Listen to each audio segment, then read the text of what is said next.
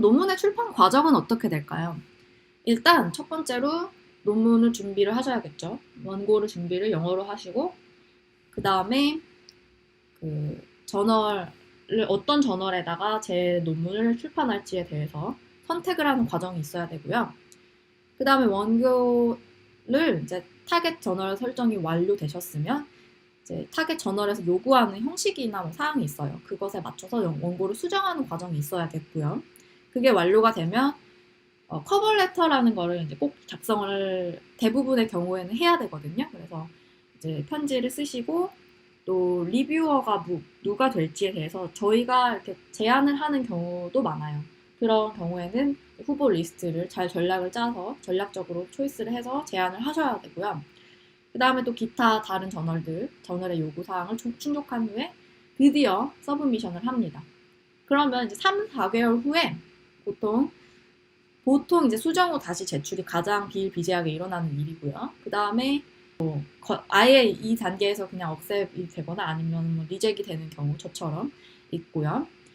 만약에 수정 후 다시 제출이 뜨면은 리스폰스 레터라는 거를 또 쓰셔가지고 수정 사항들 고쳤다, 뭐 네, 우리는 이렇게 생각한다 이런 거 이제 제출하시고 그 다음에 수정된 원고를 제출하시고 그럼 또 3에서 N개월이 걸리고 그 다음에 결국 뭐 이 수정 후 다시 제출의 과정이 한 두세 번 더 반복되는 경우도 있어요. 제가 아까 제 경험에서 두 번째 논문 낸 거 같은 경우에는 이 수정 후 다시 제출 과정이 3번이나 있었어요. 굉장히 좀 힘든 과정이었는데 그래도 네, 뭐 세 번의 이제 과정을 거쳐서 최종으로 게재 허가를 받거나 아니면 최종적으로 거절을 당하는 경우도 있겠죠. 굉장히 드문 케이스겠지만 그러고 나서 또 이제 다른 논문 준비하거나 아니면 거절당했으면 또 다른 데 내거나 결국 이 말은 한 논문당 걸리는 시간이 6개월에서 N년, 막 2년, 3년, 막 5년 막 이렇게 걸린다는 거예요. 그렇기 때문에 이 말은 올바른 저널, 올바른 타겟팅과 올바른 저널 선정이 중요한 이유예요. 왜냐면은 이거 막 거절되고 이러면서 시간이 지나잖아요. 그러면은 본인 인생에도 악영향이지만 이 논문 내용이 점점 더 올드 패션하게 돼가는 거예요. 그러니까 뭐 분야마다 다르겠지만 어떤 분야의 경우에는 굉장히 지금 논문 막 나오는 속도가 굉장히 빠른 경우가 있어요. 그러면은 제가 이 논문 막 호기롭게 냈는데 거절당했어. 그러면 다른 데 내. 그러면 도시 1년 정도 시간이 다시 걸리잖아요. 그러면서 제가 했던 연구 내용과 거의 비슷한 다른 논문이 막 출판되는 걸 보기도 해요. 그러면 굉장히 안타깝잖아요. 이거 뭐야, 이거 타임게임인데 막 시간만 날리니까 올바른 저널 선정이 출판 과정에서 굉장히 중요합니다. 이거는 영어 논문을 쓸 때 더 중요한 것 같아요. 국내 학회지보다는요. 국내 학회지는 솔직히 되게 저널 수 자체가 굉장히 적고 그리고 막 노벨티 이런 것도 뭐 중요는 하지만 그래도 영어 논문보다는 조금 덜 중요시 되기 때문에 영어 논문을 쓰겠다고 마음 먹었으면은 저널 선정을 잘 하셔야 되고 그 다음에 빨리빨리 진행해야 된다는 걸 유념하셔야 될 것 같아요. 그럼 좀 더 자세한 과정에 대해서 이제 스텝 바이 스텝으로 설명을 해보겠습니다. 첫 번째 과정은 이제 원고 준비 과정인데요. 가장 오래 걸리고 막막한 단계죠. 이게 내용상으로 좀 자신이 없고 내용상으로 미비하면 이 과정이 진짜 계속 오래 걸려요. 계속 진행이 안 되는 경우가 있어요. 이런 지점들은 한글로 논문을 쓰실 때도 마찬가지일 것 같아요. 제 말은 논문이 완성되려면 그에 걸맞는 합당한 내용, 그리고 질 높은 서론, 본론, 결론, 그리고 서론을 잘 지지하는 데이터, 이런 것들이 잘 갖춰져 있어야지 논문의 형식이 되는 것이고, 논문이 완성될 수 있는 것이고, 그것에 맞춰서 영어로도 논문을 작성하실 수 있는 거잖아요. 그러니까 제가 말씀드리고 싶은 거는 중요한 거는 내용이지 화려한 영장문 실력이나 완벽한 문법의 문장이 아니라는 거예요. 만약에 내용 진행이 잘 안 되신다. 특히 서론이 잘 안 써진다. 이러면 한글로 한번 써보시는 거를 추천해요. 저 같은 경우에도 석사 논문을 어떻게 써서 마무리해서 내기는 냈지만 이것을 학술 논문의 형식으로 쓸 때 서론을 쓰는 부분에서 많이 막혔었어요. 그런데 다시 한번 돌이켜 생각해 보니까 한글로 내용을 쓴다고 해도 내용이 애매하고 저도 확신이 없었더라고요. 그래서 그 확신을 얻고 좀 더 내용이 명확해질 때까지 더 공부를 했고 또 내용 수정도 어떤 데이터의 그런 결과에 더 맞게 프레이밍도 더 질 높게 하고 이런 과정을 통해서 영어로도 그 괜찮은 질의 서론을 완성할 수가 있었어요. 그 말은 서론 내용이 확실하게 잡혀 있으면 영장문 실력이 부족하더라도 일단 진행을 하실 수가 있다는 거예요. 왜냐하면 한글로 만약에 제 논문의 내용을 써봤을 때 내용이 명확하고 내용이 괜찮다 이러면은 그걸 그냥 영어로 옮기면 되는 거잖아요. 그러니까 영어로 뭘 쓴다고 해서 뭐가 엄청나게 특별해지는 게 아니에요. 내용이 중요한 거라는 거죠. 그래서 제가 말씀드리고 싶은 건 어떻게든 완성부터 하는 게 중요한 것 같아요. 왜냐면 제 수준에서 완성을 시켜야 다른 사람한테도 교정을 맡길 수 있는 거고, 교수님한테도 지도 요청을 드릴 수가 있는 거고, 교수님한테도 보내서 아니면 다른 저자한테도 내용을 보내서 더 발전시킬 수가 있는 거잖아요. 그 제 말은 그리고 추후에 많은 단계, 다른 저널을 서브밋하고 수정하는 단계에서도 내용적으로 보완할 기회가 많이 있기 때문에 어느 정도 본인이 그래도 서론을 쓸 정도로 내용이 완료가 됐다. 그러면 다음 단계를 진행을 하는 걸 추천해요.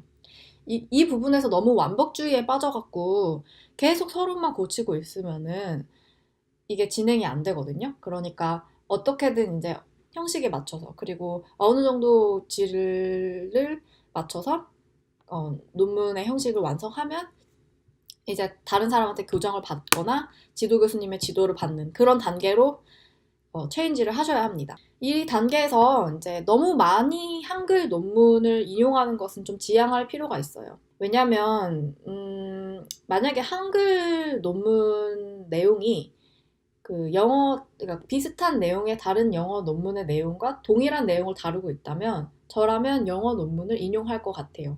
왜냐면 읽는 사람 입장에서도 제 논문의 내용을 보면서 정보를 얻고 제가 인용한 다른 논문을 읽어보면서 내용을 더 이해하는 데 도움을 얻거나 하는 과정이 있을 거 아니에요, 추후에.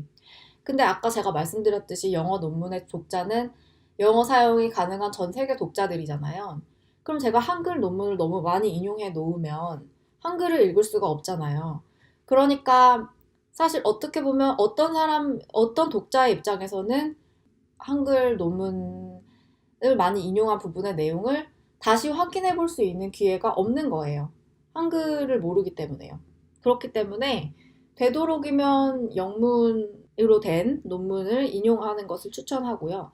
아마 이제 다른 리뷰어들도 그렇게 다 동일하게 생각할 거라고 생각해요. 그리고 또 제가 만약에 한글 논문을 인용한다 하더라도 한글로 인용 표시를 하면 안 되고 다 영어로 표시해야 되잖아요. 뭐 그런 문제도 있고요.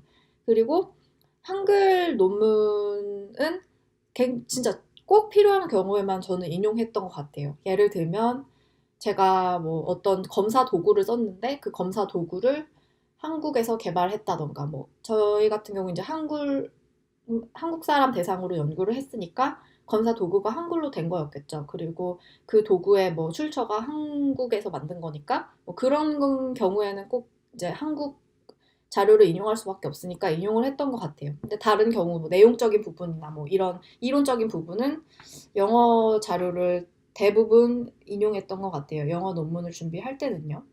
그래서 여기서 주의하셔야 될 게 만약에 석사 논문을 한글로 쓰셨어요. 근데 인용을 한 자료들이 다 한글 논문인 경우도 있잖아요. 만약에 본인이 영어에 되게 자신이 없거나 하셔가지고요.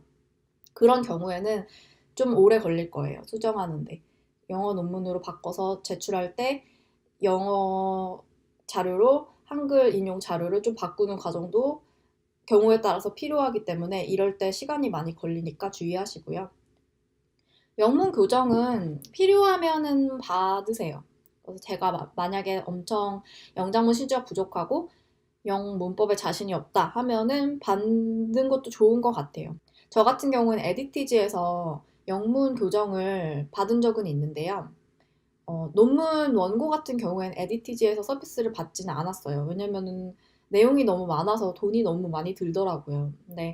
그런데 저희 지도 교수님 같은 경우에는 굉장히 영어 실력 뛰어나시고 또 논문 지도 실력도 되게 뛰어나신 훌륭한 분이셔서 제가 그냥 제 나름대로 많이 고치고 그 다음에 교수님한테 드려서 교수님이 수정하고 뭐 이런 과정으로 저희는 충분했던 것 같은데 어떤 경우에는 영문 교정을 받아야 되는 경우도 있을 것 같아요. 그러면은 그렇게 필요하다고 생각되시면 영문 교정 받는 것도 좋은데 많이 기대하진 마세요. 왜냐면은 본인의 연구 분야와 딱 맞는 전문가가 영문 교정까지 해줄 가능성은 매우 낮기 때문이죠. 그 말은 영어 문법적인 면이나 작문적인 면에서 굉장히 좋은 도움을 주실 수 있다고 하더라도 그 바뀐 문장이 결국 저희가 의도한 문장과 또 달라지는 그런 경우도 있을 수 있는 거고요. 뭐 그렇다 보면은 좀 논문의 내용 자체가 약간 달라지는 그런 경우를 되게 조심해야 되기 때문에 너무 많은 기대를 하지는 마시고요. 또 교정적인 그런 스킬적인 면에서도 조금 실력이 떨어지는 분을 만나실 수도 있어요. 그렇기 때문에 그냥 한번 기회 삼아 시도해 보는 거지. 영문 교정이 모든 나의 영어적인 부족함을 다 해결해 주겠지라는 기대는 하지 않는 게 좋습니다. 그리고 가장 사실 이 단계에서 중요한 요인은 지도 교수님인 것 같아요. 왜냐하면 지도 교수님이 영어 논문을 쓴 경력이 많으시고 또 영어 실력이 출중하시고 또 논문 지도력도 탁월하시고 이렇다면 학생인 제가 논문을 뭐 약간 그 퀄리티가 뭐 충족되지 않게 썼다고 하더라도 교수님 차원에서 충분히 고칠 기회가 있는 거잖아요. 또 교수님 차원에서는 뭐 만약에 퀄리티가 많이 떨어진다 이러면 뭐 다시 갖고 와라 또 이걸 보완해 갖고 와라 이러면서 논문의 질이 또 향상될 수 있는 여러 가지 스텝을 둘이서 교수님과 학생이 밟아갈 수 있는 거고요. 그러니까 사실 지도 교수님의 존재가 이 단계에서 중요한 것 같아요. 하지만 또 절대적인 거라고 말하기는 또 어려우니까 학생 차원에서 많이 준비하고 교정도 필요하면 받고 또 내용적인 부분에서도 자꾸 보충하고 하다 보면 그래도 어느 정도 괜찮은 질의 원고가 완성이 되어 있을 거라고 생각해요. 다음 단계는 타겟 저널을 선정하는 건데요. 이 단계는 어떻게 보면 사실 되게 전략적인 단계고 머리도 많이 굴려야 되는 단계라고 생각해요. 이 단계를 되게 간과하시는 분도 계세요. 왜냐면은 일단 뭐 원고가 잘 돼 있으면 어디든 낼 수 있는 거 아닌가? 그냥 되게 쉽게 생각하시는 분도 계시는데 아까 말씀드렸듯이 어떤 저널을 택하느냐가 굉장히 중요한 요인으로 작용할 때가 있어요. 특히나 얼마나 많은 시간이 이 논문을 투고하고 결국 출판되기까지 걸리느냐가 사실 어떤 저널에 제가 논문을 내느냐에 의해서 많이 좌우되는 것 같아요. 그러니까 많은 고민하셔야 돼요. 이 단계 간과하면 안 되고 중요한 단계라고 생각해요. 그러면 뭐 구체적인 좀 스텝들을 말씀을 드리면 첫 번째로 그 본인 학문 분야의 저널 리스트를 좀 검색해 보세요.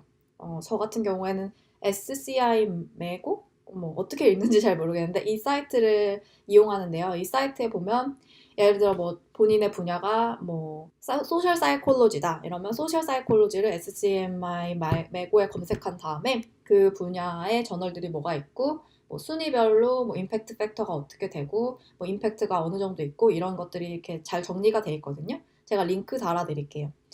그 사이트를 통해서 어떤 저널이 적절하겠구나라는 것을 추려내야 돼요.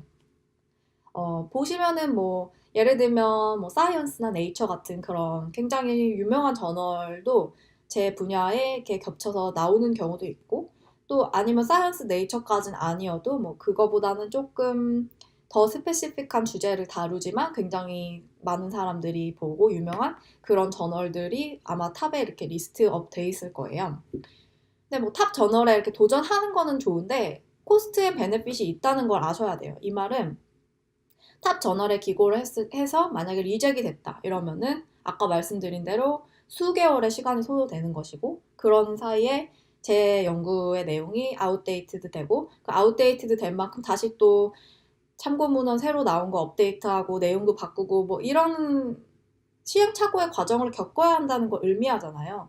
그러니까 그래도 만약에 내 논문의 내용이 너무 훌륭해서 어떤 좀 좋은데 내보고 싶어 이런 거는 뭐 도전의 기회로 한번 해보시는 것도 좋은 것 같은데, 그래도 제 생각에는 그래도 막 어느 정도 눈을 잘 이렇게 조금 높이기도 하고 낮추기도 해서 이렇게 잘 범위를 정해야 될 것 같아요. 그래서 뭐 그런 과정이 이런 저널리스트를 검색하는 과정에 들어가는 거라고 생각하고요. 또 지도 교수님의 조언, 뭐 인터넷 검색에서 나오는 조언, 주위 동료들, 주위에서 비슷한 분야에서 논문을 낸 학생이나 다른 교수님의 조언 같은 거를 또 들어요. 그 다음에 어떤 저널이 내 논문을 내기에 적합할지를 이렇게 결정을 해야 되는 거예요. 그래서 저 같은 경우엔 4-5군데로 좁혀서 그 다음에 하나하나 그 4-5군데 정한 저널의 홈페이지를 다 방문해봐요. 그 다음에 그 저널의 정책, 그리고 에디터가 누군지, 에디터가 편집장이에요.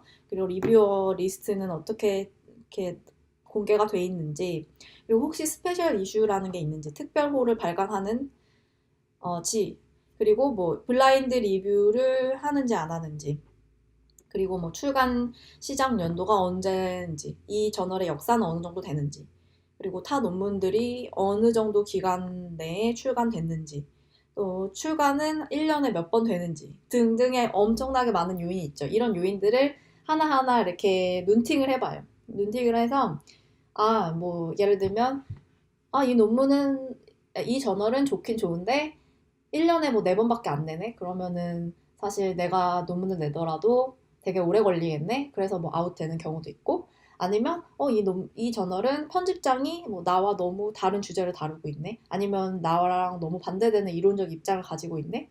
뭐 리뷰어 리스트도 그렇네? 그러면은 좀 제외하고, 아니면 뭐 이 저널의 분위기가 좀, 나는 예를 들면 뭐 되게 교육심리학적인 베이스에서 내 논문을 썼는데 뭐 너무 좀 테크니컬한 뭐 수학적인 그런 심리학을 다루는 분야의 논문이 많이 실리는 것 같네? 그러면 아웃. 뭐 이런 식으로 좀 추려낸 다음에 어떤 저널의 그런 방향성이나 뭐 기준이나 그런 것들이 제 원고에 가장 적합할지를 정하는 거예요. 그 다음에 만약에 한 두세 군데로 좁혔다 이러면은 각각의 그런 웹사이트에 들어가서 뭐 publish your article 이런 링크를 들어가서 퍼블리케이션 웹페이지로 직접 들어간 다음에 아이디랑 패스워드를 만들어요. 그 계정을 만든 다음에 또 요구사항, 정말 구체적인 요구사항이 무엇인지까지 또 재탐색을 해요. 그러면 거기서 또 걸러져요. 여기서 여기는 뭐 되게 까다롭게 뭔가를 요구하네. 근데 내 논문 데이터는 뭔가 미비한 사항이 있어. 그러면은 아니야. 뭐 이런 식으로 또 걸러져요. 그러면은 한 두 군데 정도로 이렇게 좁혀지는 것 같아요. 그러면 이제 또 지도 교수님의 또 조언 들어서 최종 결정을 하는 그런 과정이라고 보시면 될 것 같습니다.